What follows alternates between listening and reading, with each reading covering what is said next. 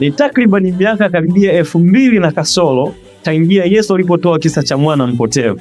Hii ilikuwa ni katika miaka yake ya mwisho ya huduma, na miaka kadhaa baadaye kikaripotiwa na Luka katika ile sura ya 15 kuanzia mstari wa 11. Unajua, kama wewe ni mwanatheolojia au ni mwanazuoni, utakubaliana na mimi kwamba kisa cha mwana mpotevu ndio summary ya injili nzima.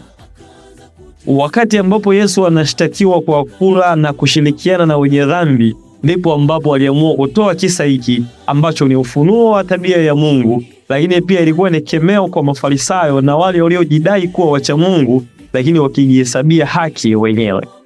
Sasa haya ni baadhi ya mambo matano ya msingi ya kiroho ambayo tunajifunza katika kisa hiki cha mwana mpotevu. Namba 1. Asili ya dhambi ni kujitenga na Mungu. Matatizo yalianza kwa mwana mpotevu pale tu ambapo alijitenga na baba yake. Ndipo ambapo matatizo yalianzia. Kwa pale tunapojitenga na Mungu ndio matatizo yanapoanza.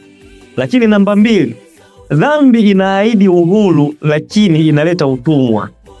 Unajua, wale watu ambao wamechagua kumwacha Mungu ukiwaona ni kama wako huru, lakini ni watumwa.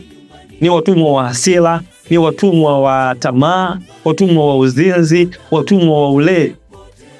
Na unajua kwamba dhambi inachukua na kuharibu vitu vingi katika maisha yako kuliko jinsi ambavyo unafikiria.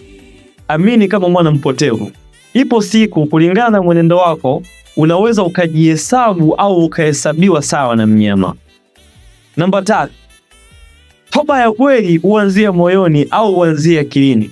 Biblia inasema kwamba and when he came to himself, alipojitafakari katika fikra zake.